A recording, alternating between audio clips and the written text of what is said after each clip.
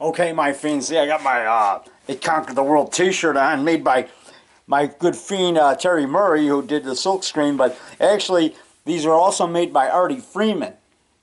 I think he made the silkscreen, but Terry Murray helped make these too. He sold them to me for like $10, and Ron Murphy did the art.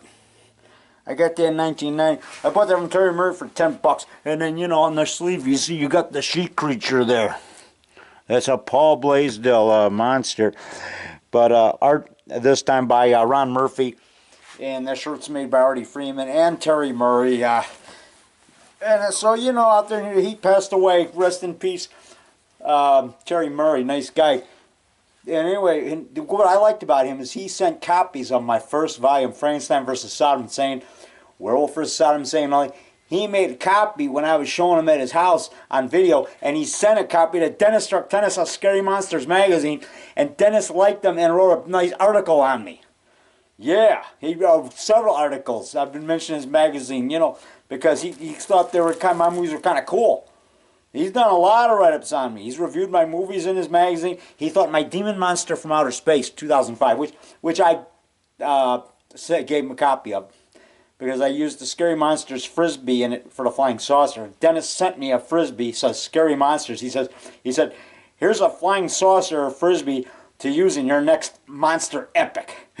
Or to use in your next epic, and I used it. And Terry Murray told me at Monster Bash 2006, the following year, he says, or maybe it was that year. Yeah, 2005. Yeah, because I finished it before Monster Bash. Actually, I think it was 2006. He told me, he says, I think Demon Monster from Outer Space is the best movie of 2005.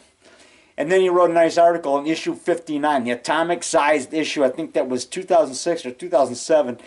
He wrote up a real nice article, one-page article on Demon Monster from Outer Space. Yeah. No, and I take that back. I think that was like around October of 2005, early 2006.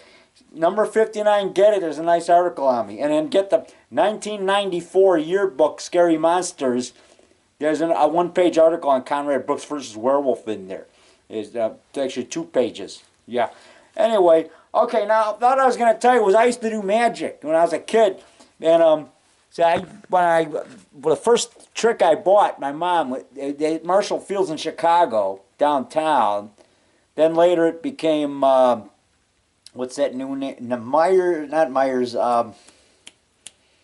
Macy's. Later became Macy's. It used to be Marshall Field. But up on like the third floor, second floor, they had a counter, a magic counter, and they sold magic tricks back in the 1960s. And I saw this trick, the shrinking die. Now later on I sold it, so I bought another one. But this is my this is my original one. This is the original one my mom bought me at 50 cents. That's it. This is the same one. Can't get, it says there, can't get smaller. And but it does. That's a shrinking die by Royal Magic. See, it's got that guy with that turban. And so anyway, here's the die, but it's missing it's missing a part. But anyway, like I say, you put the die in your hand like this, and then you drop it in your hand like this, and it's in your hand like that, and then you say the magic words abracadabra, and it's gone, So but actually it shrinks, but I made it disappear. I can also do I'm good at coin tricks. I did a lot of sleight of hand. I did magic shows at Magic Incorporated from when I was from age 8 up to age 13. And I got second place in my first show, all with homemade tricks. I took cardboard tubes and I put aluminum foil around it to make it shiny. And I made a secret compartment in and everything. And I show it empty, and then I pull silks out of it and everything. And I got second place. And I made a couple other homemade tricks. And I got second place, and I beat a guy who had expensive tricks. The trick box. And he had a nice looking assistant. He wore a cape. He had a cane. He had the looks and everything. But his patter, or, they call it patter, magician's patter, it wasn't good. It was kind of like, oh yeah, look at all these silks. He didn't talk good. But me, I actually talked as I did it. So, this is the gift. I guess that passed on to me from my dad, because my dad used to go to Toastmasters. But I was shy in high school. But when I joined the Marines, I came out of my shell. I was in the Marines for 4 years. I came out of my shell. I started talking to people, and that gave me confidence. And then I took speech in Bible college after the Marines, because I asked Jesus in my heart, August 31st, 1979. over in Greenville, South Carolina, when I was walking in front of Bob Jones University. I said, Jesus, please come in my heart and save me so that I can go to heaven, because I don't want to go to hell. I said, please come in my heart and save me. So at 5:20 a.m., so I asked Jesus, and then I visited Bob Jones University, a Christian university. I wanted to go there. I wanted to be a preacher. But later on, I went to Maranatha Baptist Bible College, Watertown, Wisconsin, after I served my 4 years in the Marines. I served my 4 years in the Marines first, up till 1980, June 24th, and got honorable discharge, and I got promoted to corporal. And then went to Bible college. I wrestled in Bible college because they didn't have boxing. But when I got out of Bible college, I went back to boxing, Golden Gloves. I competed in 4 more. I've competed a total of 5 Golden Gloves. I didn't win the title, but I made it to the quarterfinals twice. Yeah, and I got a draw with a guy who, but 2 years after I fought him to a draw, he won the Illinois State Light Heavyweight title, and he was like 6'2", and I was only 5'4", and I got a tie with him. And I weighed 160, and he weighed 178. I tied him. There was James Flowers. That's how I got this medal over here, see? See, that's the medal that I got fighting James Flowers, see? It's got the boxers there. I got a tie with him. It's on video. That's on YouTube. David Rock Nelson versus Flowers. F-L-O-W-E-R. Jazzy Jabbin' James Flowers. Yeah. Illinois State Light Heavyweight title in 1990. He beat Tony La Rock La Rosa. Yeah, he outpointed him 10 rounds. I was there at ringside cheering him on. Now, I wasn't cheering on The Rock. I was cheering on, Jazzy Jabbin' James Flowers, because that's the guy that I fought twice. I drawed him the first time, second time he stopped me second round in the Golden Gloves 1989. But I put up a good fight. But, actually it was a year after my second fight with him that he won the light heavyweight Illinois title. Got a big belt in the pros. And he beat the number 6 ranked world lightweight boxer, Leonzer Barber, 6th ranked in the world. He knocked him out in 6 rounds. The guy that I tied with in the amateurs, yeah. So, I fought some tough guys.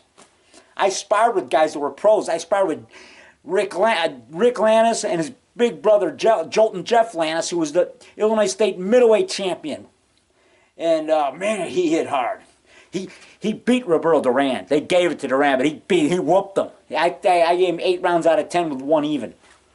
And 1 round for Duran. Close. But Lannis whooped him. You watch that fight, he won. He was robbed. Anyway, okay, now back to it. Let's see how I can do magic. See the coin? Yeah, now it's in my ear, see? Here. Put it through my washing machine. Comes out my nose. Now you probably don't want it. I'll wipe the snot off. Okay, here you go. See the quarter? Okay. Oh, I dropped it. Oh, okay. Here you go. See the quarter? I'm going to grab it right here. Oh, look, it's in my ear again. Wipe off the earwax. Okay. Wipe it off on Frankenstein. Wipe it off the creature. He eats earwax. He's the gill man. He eats everything, man. He eats little fishies and little crawdads, crayfish, froggies, everything. Yeah. Okay. Anyway, and I got this other trick that I got. See, I got an egg here, and I got this mat. See? So, this is the trick where you drop the egg into the mat, I haven't done this in a while, but I remember. And I used to do this for my parents, my magic shows. So you take the egg, and then, you show both sides, and then you fold it like that, like this. And then you take the egg, and you put it in the mat like that, see? And then abracadabra, look at that. Then you pull up this side, look. See, it's gone. It's gone. And then you fold it like this, and you say the magic words, abracadabra, hocus pocus, and out comes the egg. I haven't done this trick in like 20 years, but I can still remember. But, that's the magic trick. Magic, and so, and then there's this other one called the Devil's String. I got this at Magic Incorporated, where I used to do magic tricks for Jay Marshall. So, and then there you go, see it, you open it up, and it's like a shoelace. It's called the Devil's Shoelace. And I think it, oh man, where is it? Yeah. I don't know what happened to the shoelace. There's just a part of it in there. Oh man, it's missing. Oh, well, that's okay. But the main thing is I got the, I can always buy another one. Magic Incorporated closed down, but they moved to another location. So now they're on Lawrence Avenue. They used to be on Lincoln, 5080 North Lincoln, or 5008 North, I think it was 5080 North Lincoln Avenue. which is south of Foster and north of Western, in between. But they moved, now they're in Lawrence somewhere. I'm going to go visit them again. And I got third place in an air show back when I was 13, back like around 1969. I was like 13. I had the glass of sugar, and I put the tube over it, and I lifted it up, and it became a glass of M&Ms. And I got that in my trunk right here. Here's my trunk. There's my magic trunk right there. You see it on the floor. But I lost the key when we moved, so I might have to be like Houdini and, you know, pick at it. Learn how to. I had a book on Houdini. It showed all the little gadgets he made when I was like about 8 years old, or maybe it was about 7. At a book sale, Washington Grammar School in Park Ridge. That's where I went to school at that time. And they had a like a book sale. And my mom bought me the paperback of Houdini because I wanted to be another Houdini because I saw Tony Curtis in Houdini. And I thought, yeah, I want to be another Houdini. When I was a kid, I wanted to be a pro magician. So I did magic for a while. I took magic lessons at the Park Ridge YMCA with Mr. Weiss. His name was Weiss, W-E-I-S-S. And maybe he's related to Eric Weiss. He could be. But I believe his name was Weiss. Anyway, and you remember, Houdini's real name was Eric Weiss. Eric, E-R-I-C-H, Eric Weiss. From Wisconsin. And I had a pastor named Weiss, Robert Weiss, and his brother, his son actually, forget his son's first name.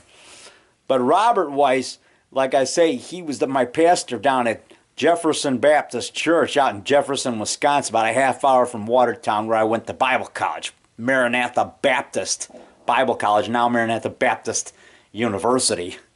Same thing. But, like Pastor Weiss was my preacher, and I asked him once, I asked his son, the son of Robert Weiss, I said, are you guys related to Houdini? And his son said, yeah, I believe he is like related, like a distant cousin or something. Anyway, so, you know, small world, huh? Yeah. So, you know, that's where I used to go to church. Now I don't really go to church. I watch Joel Osteen on Sunday. And I listen to people like Jerry Saville and Andrew Womack and Joyce Meyer. But I really like Joel Osteen. I really like Andrew Womack, real positive. And Jerry Saville rocks, man. I don't see him on much. I guess I turn on the TV at the wrong time, but he's on the Christian channels. But, you know, and I read the Bible every day. I got a half a page to a page or more. And I'm reading through the Old Testament, chapter by chapter. You know, I don't just say, well, I'm going to look around and find stuff I agree with. That's what immature Christians do. Oh, I just want to find stuff that I agree with. Shows that, yeah, people should quit picking on me and people should be supportive of me and trying to build up their ego. No. Just read the Bible. We need to learn. We need to humble ourselves and learn from the truth, the Bible. And even if it rubs us the wrong way, it'll teach us that we need to change. I need to change. You need to change. We're not perfect. We need to learn. We should just shut up and learn. Sometimes we need to shut up and listen to God. And you listen to God by reading His Word. It's not some feeling. It's not from getting high. It's not from taking acid. It's not from taking cocaine. Oh, I want to get a feeling like that guy that was shot up into space, you know. A lot of people idolize him because his ashes were shot up into space. You know I'm talking about. Applegate or whatever his name is. Yeah. Now, I'm not trying to put the guy down, but he's not a God. You're supposed to listen to the Word of God, the Bible. That's the Word of God, not the word of some guy who claims to be a prophet. It got to line up with Scripture. And I'm going to tell you something, a lot of people are going by their feelings. They go, well, you got to have a psychedelic experience. I mean, I took drugs to get a psychedelic experience to bring me closer to God. Oh, shut up. That's not what the Bible teaches, man. Open up the Word of God and read it and learn from that. And quit being hung up on prophecy. Oh, the end of the world might come. Oh, one guy at the library, I met him. One day I went to the library, and now I know why I went. Because this guy was getting on the elevator same time as me when I left. It was perfect. I was going home to watch Planet of the Apes, you know, because it was April, you know, Planet of the Apes. And I went home. I want to go home and see Conquest and Battle. But I'm glad I left at that time because I was tired. I was using the computer a lot, and then they got computers at the library. I used internet service for free because I had a library card. Des Plaines Library in Des Plaines, Illinois. Anyway, this guy was getting in the elevator, and he's real slow. And actually, I met him. He was getting off the elevator. And I was coming off to go use the computer, and I talked to him that time. And the other day when I was coming back, and he says, oh, I think the end of the world might come like next week. I don't know when it's going to come, but something's going to happen next week. I think it is. And I said, hey, you don't know. Nobody knows when certain things will happen, except God only. You can't predict dates. The world, and I said the world ain't going to end. There's at least 80 promises. Jack Van Impe even said it. You people that like Jack Van Impe, you think he just talks about prophecy. No, he talks about salvation too. He talks about other things, not just prophecy. Don't be hung up on Revelation and Daniel, and that's it. You're supposed to read the whole Bible. Start with Genesis and read verse by verse. Read about the genealogies. Don't skip it, because you need to learn that each person is important. That's what the genealogies, I think, partly teach us, that each person causes somebody else to be born. Like so-and-so begets so-and-so, and Adam begets so-and-so, and then Jacob begets so-and-so, and Elisha begets so-and-so, and it goes on and on and on. And Isaac begets so-and-so, and so he begat another son, and then his son begets so. So see, it's like the family tree. We all came from Adam. I believe we all came from the genealogy, and Jesus came from the genealogy of David. He had a son, and he had a son, and then eventually Christ was born. But it all started with Adam and Eve. We're offspring of some of them. Somebody. We could go way back. We'd find, maybe he's my great, like 100 times, 1,000 times grandfather. Maybe. I don't know. But I do know that Glenn Strange is the great grandson of Pocahontas. Not hippopotamus. No, Pocahontas. Glenn Strange is like 8 times, I think, great grandson of Pocahontas. He wrote Indian. Glenn Strange, who played Frankenstein, Abbott and Costello, Frankenstein, House of Frankenstein, and House of Dracula. My favorite Frankenstein. I got his picture in. That's Boris Karloff, Frank. Glenn Strange, the rugged-looking one from Abbott and Costello meet Frankenstein. House of Frankenstein, House of Dracula. House of Frankenstein was the movie I most wanted my dad to wake me up for when I was a kid. That's because I can do Frankenstein, Dracula, and the Wolfman, and Glenn Strange of the Mind. I said, man, I asked my dad, it was going to be on like 1 a.m. I said, Dad, can you wake me up? Well, I'll try to. He didn't wake me up. I missed it. But he did wake me up halfway to see Bride of Frankenstein. He zonked out, and he woke up around 2:30. He woke me up, or 2:45, and I saw the last 45-minute, last half of Bride of Frankenstein, which ended at like 3:30 in the morning. But I saw, right when I woke up, the monster was rampaging through the cemetery, and he pushes over the tree, and he pushes over that big, monument, and then he goes down the underground crypt. That's my favorite scene. Then he drinks and smokes and drinks with Dr. Pretorius. Smoke, friend. Yes, I hope so. Have a cigar. They're my only weakness. And he's got the stogie. I got like this Sharpie in my mouth. Here we go. Smoke. Good. Do you like gin? It is my only weakness. Drink. Or this cup was small as a shot glass. I got this in Vegas when I was at MGM Grand, MGM Mirage. And then I got this one over here. It's like a magic cup. No, Follies Bergère when I was in Vegas. Rick Thomas, legend. The magic of Rick Thomas. And then there's this other guy that did magic too. That other guy, that real well-known guy used to be on. Then there's this one, Slot Adventure at the Riviera, I got a cup. So, anyway, I'll do the one with the magician on it. And so he goes, drink, good. He goes, you make man like me. And he goes, no, woman, friend for you. Woman, friend. See, there's Bride of Frankenstein. Yes, I want friend like me. Woman, friend, wife. Bum, bum, bum, bum, bum. Work, finish, then sleep. Ye must go away. I'm tired. That's Dr. Frankenstein. I must get some sleep. And then Dr. Pretorius says, I'll fix him for a while. And he drink. And he goes, good, and he drugs the monster. And he goes, and he zonks out. Dr. Pretorius throws a blanket over him. It was cute. The monster zonked out, man. Yeah, it's cute. He throws a blanket over him. He goes, that'll keep you quiet. Remember in Dr. Pretorius, Ernest Thesiger, who was Dr. Pretorius in Bride of Frankenstein, my favorite movie. And I've seen that movie about 60 times. But I've seen Frankenstein like over 110 times, over 100 times. But Bride of Frankenstein is really my favorite movie. And everybody's telling me Frankenstein my second favorite. It's like a tie. But I was going to say, you remember in The Old Dark House, also directed by James Whale, who directed Frankenstein and Bride of Frankenstein, the 1930 Frankenstein and 1931 and 1935 Bride of Frankenstein.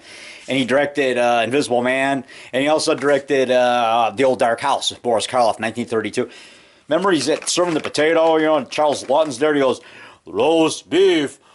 And then Dr. Ernest Theskar takes that big fork and taps the table, like, tell him to be quiet, And he goes, have a potato.